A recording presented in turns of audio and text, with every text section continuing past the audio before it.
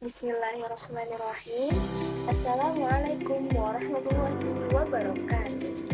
Perkenalkan, nama Ulun Rifkatun Najwa, NPM 25126585. Di sini Ulun ingin membawakan presentasi dengan judul contoh-contoh ijma. Mari kita simak video berikut ya. Dadah.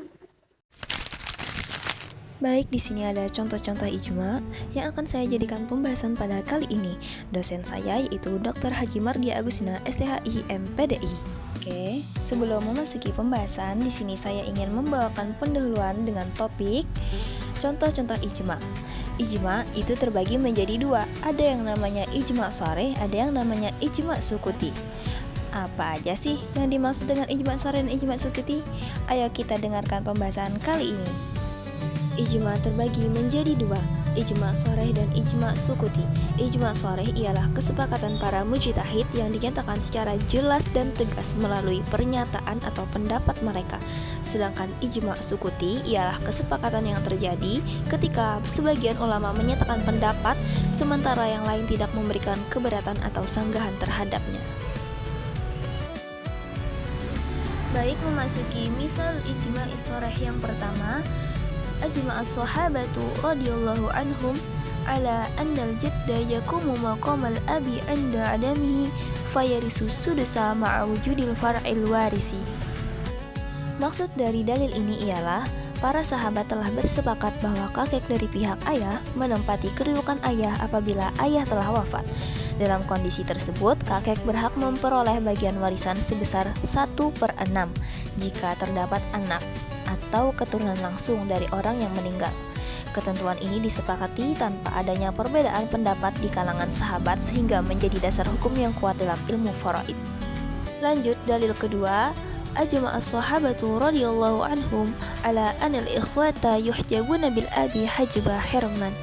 Di sini menjelaskan bahwa para sahabat sepakat bahwa saudara kandung maupun saudara seayah tidak memperoleh warisan apabila ayah masih hidup. Kedudukan ayah sebagai ahli waris utama menghalangi saudara secara total dari hak warisan, atau disebut juga dengan hijab hirman. Lanjut, bagian yang kedua ialah misalul ijma'i sukuti. Dengan bagian yang pertama, ittafaqo sahabatu radhiyallahu anhum ala bai'ati Abi Bakri radhiyallahu anhu wa lam yunqal inkar, yang menjelaskan bahwa setelah wafatnya Nabi SAW, para sahabat berkumpul di Saqifah Bani Sa'idah dan sepakat membaiat Abu Bakar sebagai khalifah, yang mana tiada penolakan setelah keputusan tersebut diambil. Contoh yang terakhir diangkat daripada kisah Sayyidina Umar bin Khattab yang menetapkan hukuman bagi peminum khamar menjadi 80 kali cambukan, setelah sebelumnya pada masa Nabi Muhammad SAW hanya 40 kali cambukan. Tidak terdapat penolakan dari para sahabat terhadap keputusan tersebut. Oleh karena itu, diamnya para sahabat dipahami sebagai bentuk persetujuan sehingga termasuk dalam ijma sukuti. Memasuki bagian yang terakhir yaitu kesimpulan. Ijma adalah kesepakatan para ulama yang dijadikan sebagai sumber hukum Islam yang ketiga. Ketika muncul permasalahan pada suatu masa, hukum terdahulu bisa jadi tidak lagi relevan karena perlu menyesuaikan dengan kondisi yang ada. Melalui ijma, ditetapkan hukum baru yang tetap tidak keluar dari syariat dan tetap berpegang pada dalil nas.